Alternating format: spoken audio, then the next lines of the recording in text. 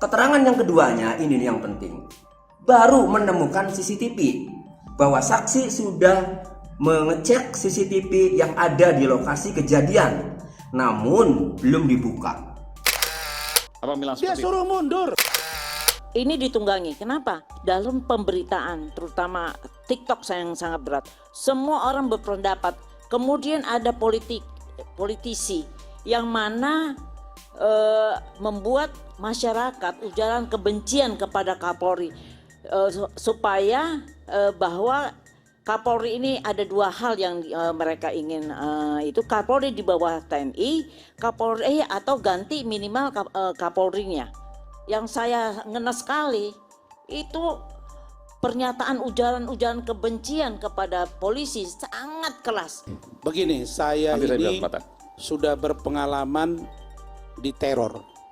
Pernah dikirim kepala kambing busuk, pernah diancam tembak. Tapi Bung Aiman, Ancam tembak? ini baru saya ungkap. Oke. Iya. Oh iya. Ini yang harus saya ungkap malam ini. Sejak saya bicara tentang kasus ini yang katanya saya diduga memihak, Bung Aiman, kalau saya live di sini saja tidak kurang dari 15 kali teror masuk ke sini. Teror? Lihat enggak tadi? Maksudnya apa? Telepon masuk, teror saya. Ini sedang live ini, Bang. Bicara kasar, binatang dan lain-lain. Hmm. Makanya saya pasang ini dan saya tutup. Anda kan lihat tadi. Berulang-ulang. Bahkan itu sering di video call, tapi saya angkat karena kita sejatinya petarung. Tapi tidak masalah bagi kita. Kenapa? Itulah integritas dan cara berpikir yang harus saya tunjukkan. Maksud saya belum tentu benar. Setidaknya saya punya prinsip hidup. Yang kedua, kenapa saya melihat ada operasi senyap? Saya ikuti benar kasus ini dari awal. Pertama, bukankah kita kemarin mendengar bahwa seolah-olah pelaku ini adalah anak jenderal? Ingat dulu Bung Aiman? Iya. Saya yang juga melakukan pembelaan di situ. Bukankah ini dibilang cucu jenderal? Bukankah ini dibilang anak bupati? Selesai itu masuk lagi yang baru. Ini maksudnya apa? Tapi netizen tetap dan orang-orang tetap dukung gitu. Kemudian kalau kita lihat dari pendekatan komunikasi, kelihatannya presiden sudah turun tangan. Kalau presiden sudah perintahkan, kenapa suruh bentuk TPF? Ada apa ini? Kan itu. Lalu kemudian sekarang sudah ada pra-peradilan. Mau ada mengajukan PK. Tunggulah. Tapi serbu terus. Kita dihajar terus. Dan jelas mereka bilang bahwa Polri tidak mampu menjalankan tugasnya. Kan itu yang ada sekarang rame. Nah karena itulah tugas kita menjelaskan rekan-rekan semua bahwa terhadap kasus ini jangan pernah Anda berpikir kalau Anda tidak kenal kita terus Anda maki-maki, kita mundur. Tidak. Tapi Anda zolim kepada orang yang tidak Anda kenal. Saya disuruh berkali-kali. Saudara jangan ikut-ikutan. Masih mau selamat atau tidak? Kaleng itu. Waduh, video call sama saya. Cuma digelapkan matanya pakai masker. Tuh keluar. Sebentar ya teman-teman semua. Ini biar kita buktikan gitu. Nih, bayangin nih. Oh, ini komen. Dari iNews. Iya. YouTube iNews. Aiman, kayaknya temannya si Rasman. Botak. Jangan heran kalau hostnya sering di luar pembicaraan. Kenapa? Semua sini nih. Tuh. Oh, sekarang saya yang dibully. Aiman loh itu. Boykot Aiman. 1 jam bersama Elsa dan Rasman si botak. Udah botak Kak. Padahal dia berhijab. Ya, si ini botak. semua komentarnya negatif semua dan sekarang menyerang saya. Ada yang sekarang bilang, menyerang saya itu. Iya, udah nyerang. Jadi Iya. padahal Adinda Aiman ini adalah orang yang berbicara dalam konteks kenetralan untuk mengungkap kebenaran. Saya sangat dukung rakyat bersuara ini. Kenapa? Karena dia netral, makanya saya mau buka suara di sini secara terang benderang. Itu jelas data. Anda harus dukung itu. Tepuk tangan dong. Carut marut kasus Vina Cirebon masih terus terjadi.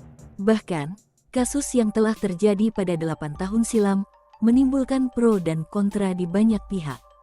Bahkan, Perhimpunan Advokat Indonesia, Peradi, salah satu organisasi profesional advokat yang sah di Indonesia juga ambil bagian untuk kasus ini. Ini ada kesaksian dari anggota polisi, ya. Kesaksian dari anggota polisi, ya. Ini anggota polisi ini namanya pertama adalah Dodi Purwanto, ya. Nah, Dodi Irwanto, sorry ya. Nah, Dodi Irwanto ini, ya, di sini menjelaskan bahwa, ya, saksi bersama-sama dengan rekan yaitu Aibtu Rudiana, Bribka Gugun, dan Brigadir Andi Saprudi melakukan penyelidikan di sekitar TKP. Dan 2 hari kemudian saksi mendapat informasi dari warga bahwa korban meninggal dunia akibat pengeroyokan. Yang awalnya ada pengeroyokan di depan SL TPN 11 Jalan Perjuangan Kota Cirebon. Nah, kemudian di sini saksi juga ya menemui saudara Aep ya. Nah, sama Rudiana juga ikut. Nah, kemudian diamankanlah 8 orang. Keterangan yang keduanya ini yang penting. Baru menemukan CCTV bahwa saksi sudah mengecek CCTV yang ada di lokasi kejadian, namun belum dibuka. Nah, itu saksi dari keterangan saksi dari Dodi Irwanto. Kemudian ada satu lagi yang mengecek CCTV ya, yaitu saksi 4 Gugun Gumilar bin Warba. Sama ya, dia ikut. Dan di sini sama bahwa saksi sudah mengecek CCTV yang ada di lokasi kejadian namun belum dibuka. Karena baik Dodi Irwanto maupun Gugun Gumilar ya, ini menjelaskan bahwa saksi bersama-sama dengan Aibtu Rudiana, CCTV itu sebenarnya ada. Namun ya, itu didapat setelah 8 orang itu diamankan. Berdasarkan keterangan para terpidana itu kan pada dianiaya tuh. Ya, mereka pengakuannya kan dianiaya. Jadi hemat kami begini.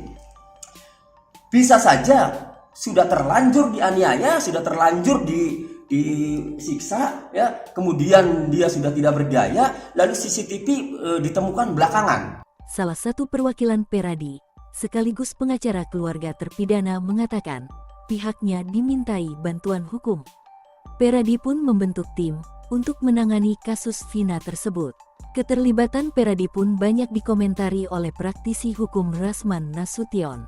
Rasman menduga, mungkin ada operasi senyap yang ingin mendongkel jabatan Kapolri Jenderal Polisi Listio Sigit. Abang bilang Dia seperti suruh mundur. Hei botak, kau jangan bela-bela Polri. Sering. Nggak peduli sama saya. dikatakan seperti itu. Aduh, itu keluarga saya, anak saya semualah. Saya aja dibilang dibayar berapa kamu, Nenek? Jadi saya heran. Saya Kalau kasih oleh contoh ya. Polri. Itu WhatsApp atau apa? Gini, Kak Elsa. Di- Kak Elsa ini di masih WhatsApp baru. ada. WhatsApp, oke. Pak Elsa baru 4 dalam seminggu ini dia ikut. Enggak, Bisa buka ini tadi, bukan Kak? 3 Aku bela minggu, kakak ini. 2 minggu, 2 minggu. 2 minggu ini kakak ikut. Aku udah sebulan setengah.